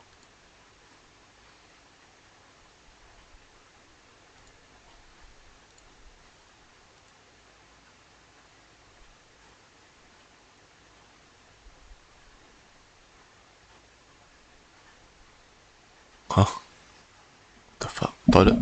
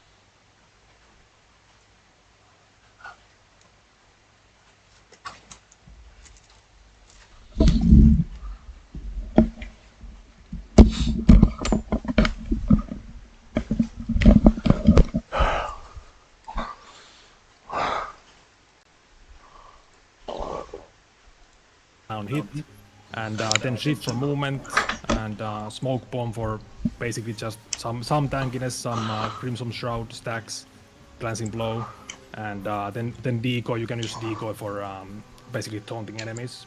And I guess this build just has single target and farming. Like some Crimson Shroud stacks manually, so sometimes you need to use it for mana, basically just gaining mana on hit, and then shift for movement, and smoke bomb for... It's kind of the thing with marksman, it doesn't really have much options for like huge tankiness. You can get glancing blow and armor, but yeah, of course HP, but you know, there's not that many options. So can you walk me through all the skills you're using in the build and what they do? Yeah, so explosive trap as a main skill, then that's gonna proc the detonating arrow. So we actually don't need to really use detonating arrow. Detonating arrow.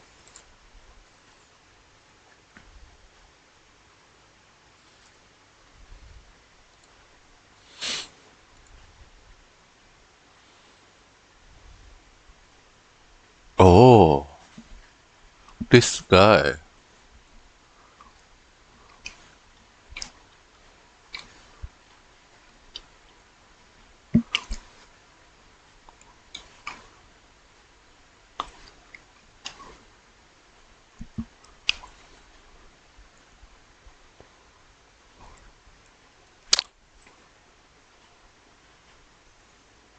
The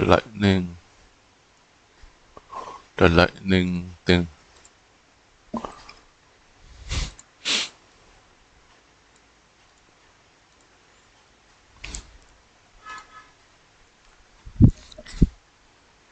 This one.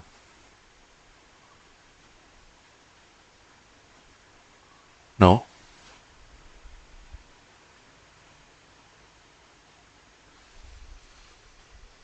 Detonating arrow.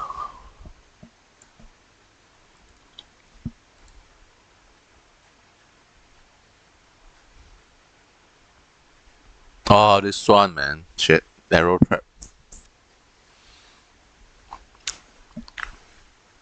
So it's under explosive trap.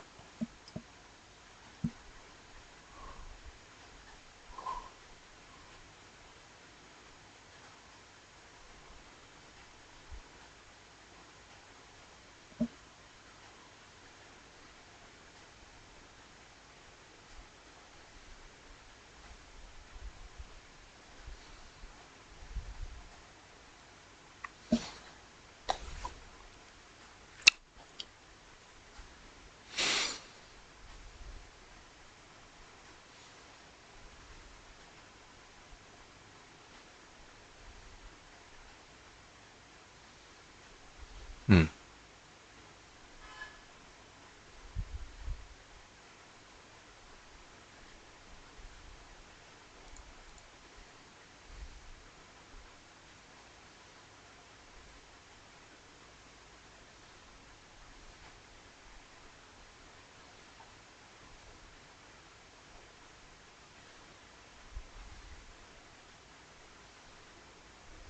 Oh, this freezing one is even better, right?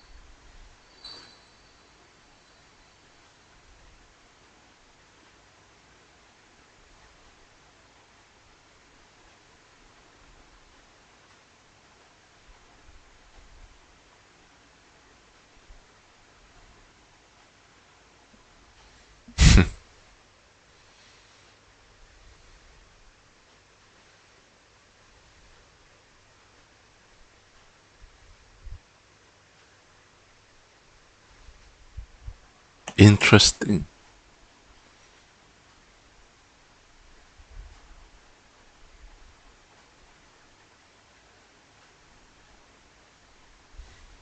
Interesting.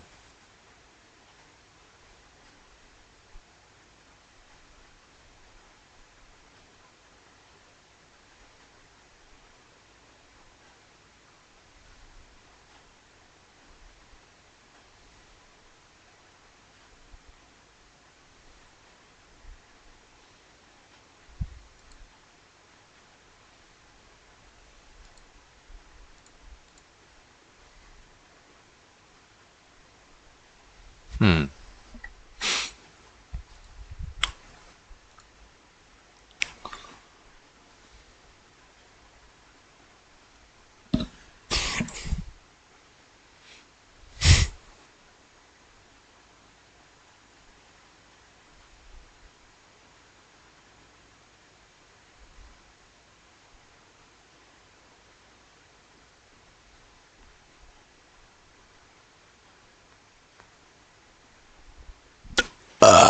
Speed.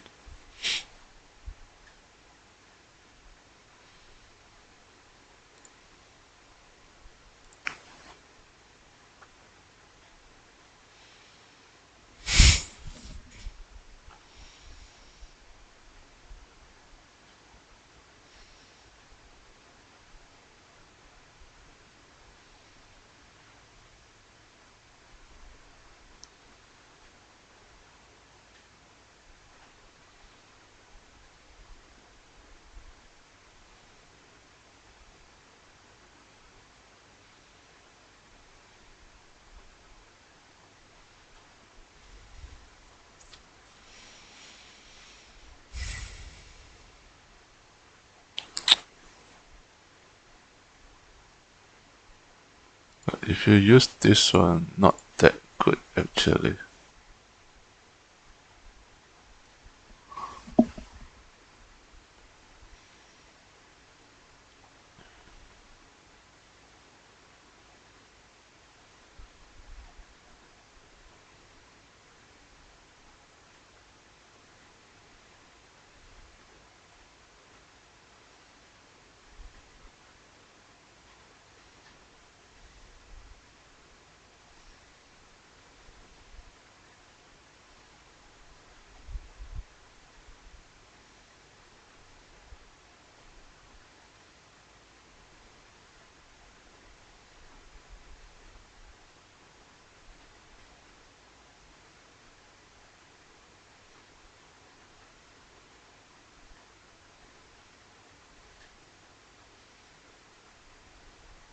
No movement speed, eh?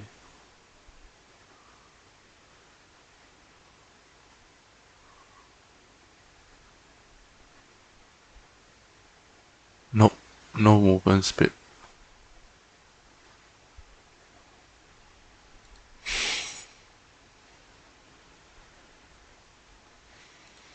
Maybe here. Yeah, only here.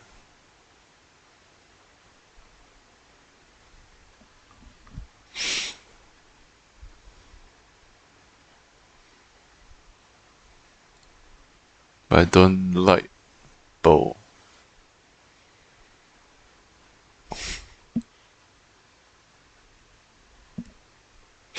I don't like bow, so I shouldn't use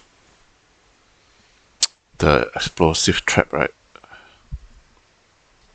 And explosive trap is another thing you have to press. But if you use bird, no need to press anything, right? Aerial assault, aerial strike.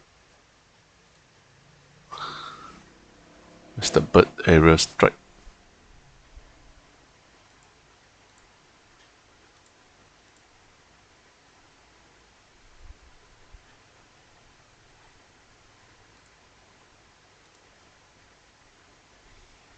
Aerial assault.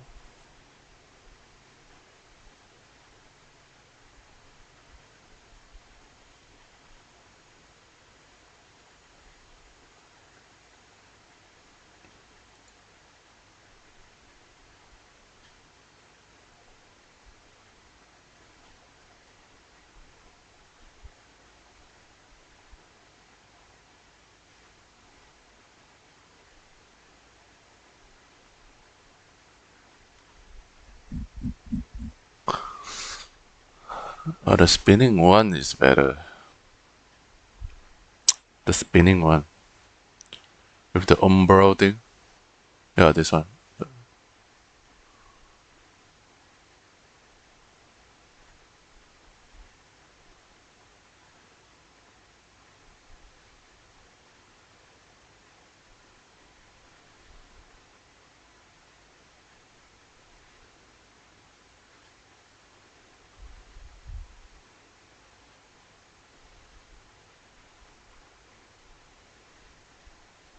Maybe I can play trap also, but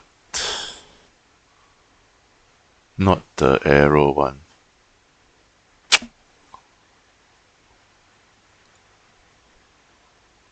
Is there a better explosive trap?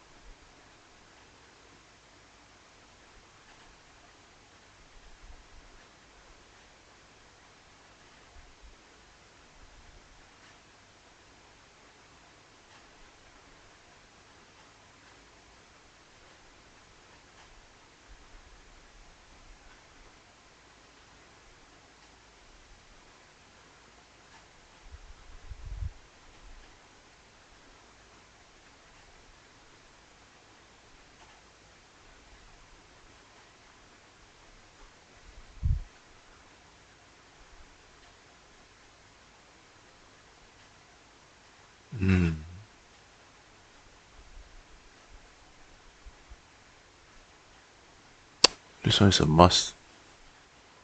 Haste again.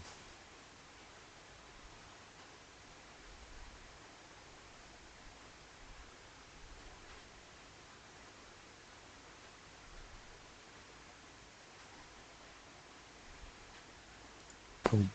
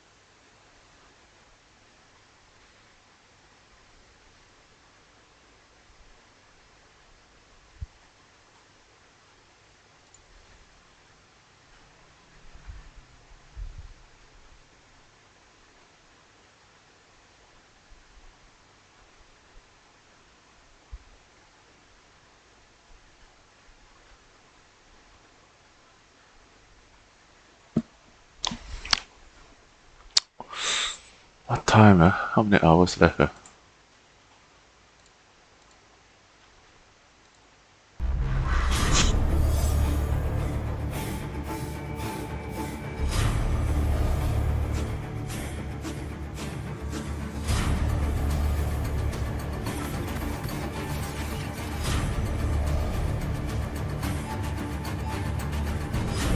Let's see the negative remarks of Nightingale. Let's see the negative. Welcome to Nightingale, Mix, an man. open-world Not survival even crafting game set in the magical Fey realms. fail, man. It's not very positive. It's a mix. This was ready for release into early access. Play for 10 minutes, get to portal, network error, game crash, people will defend stuff like this for game release into early access. But from what I can see, this is pretty common issue, and this game shouldn't have an always online requirement for single player. I'll get my refund and keep an eye on it. Right now, I can't recommend a purchase. Go play and shout it. Hey, how to get refund then? Can get refund? How to refund on Steam?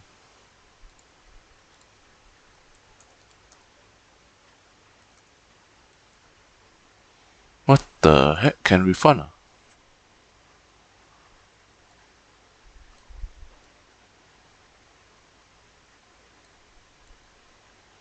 Oh, there's a refund window.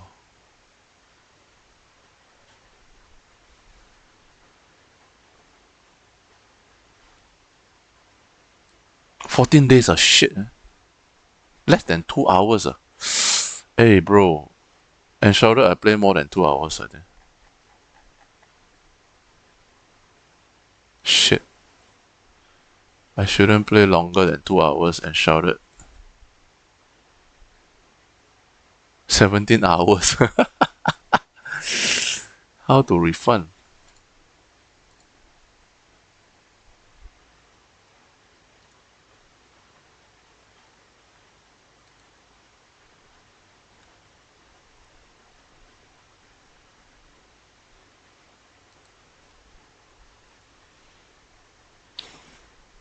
Refund me if you can. What the heck?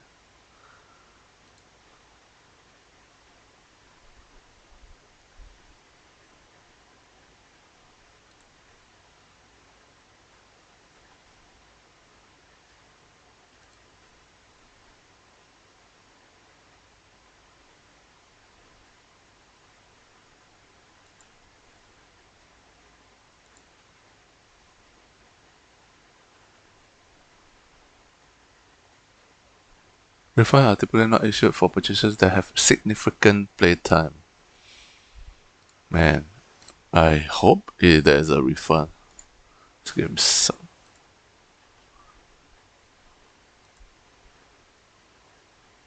Cannot.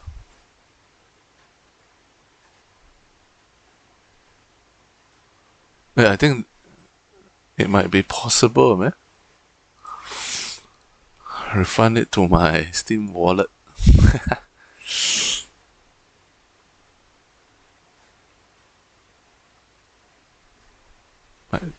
might be able to. The game suck, man.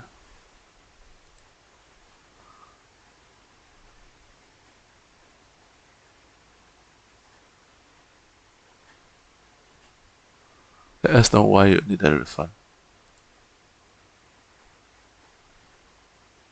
It's not fun.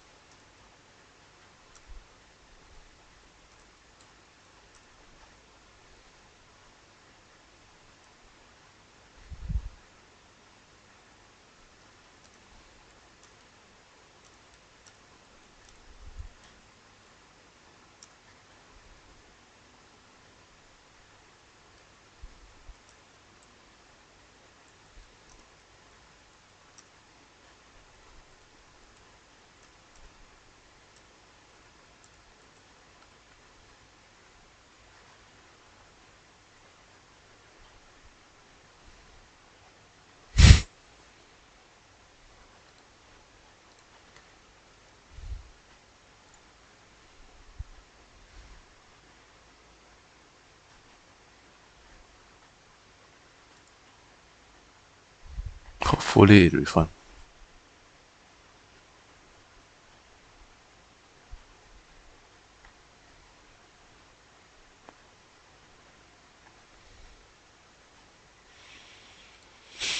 Yes, sir. If we refund, I'm gonna use it on other game. I should refund the first hour, second hour already. Damn it.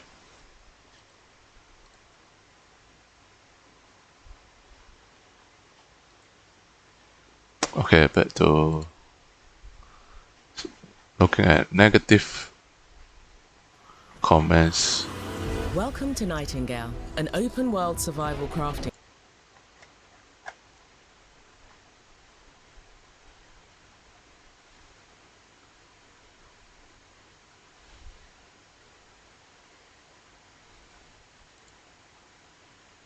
Shadow is human boss, that's why I give a no.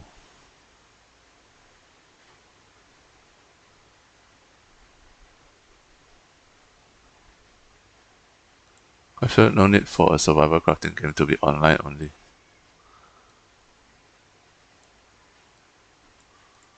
But even have played solo or cooperative or alone with friends written anywhere. Not being entirely fair, I do enjoy the game between the lag spike in my solo world. Better than Enshrouded.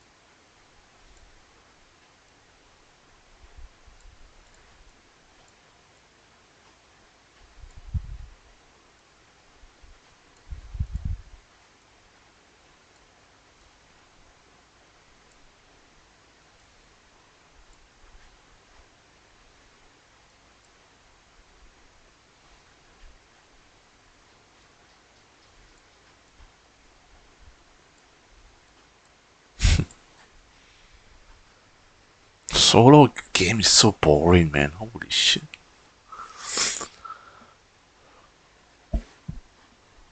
Wow.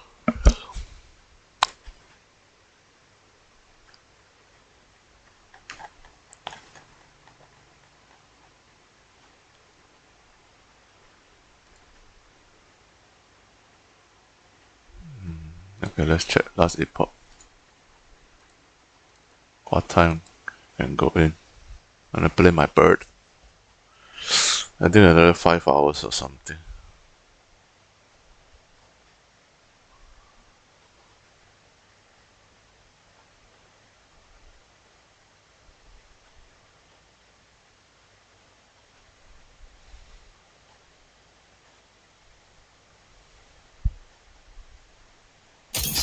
Should register a Twitch account.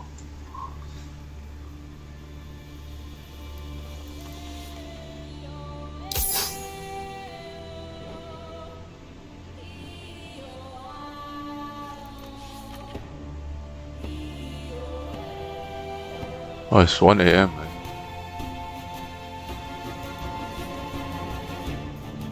CST.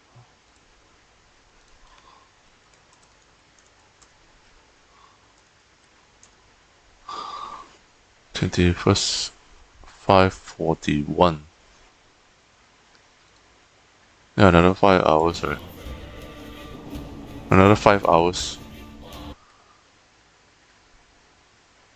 Another 5 hours. Exactly 1 AM.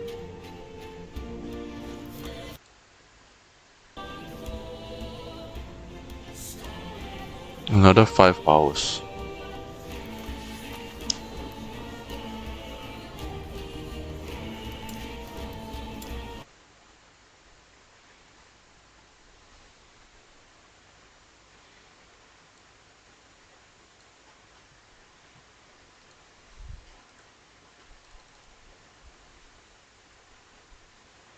Another 5 hours. Let me create my Twitch.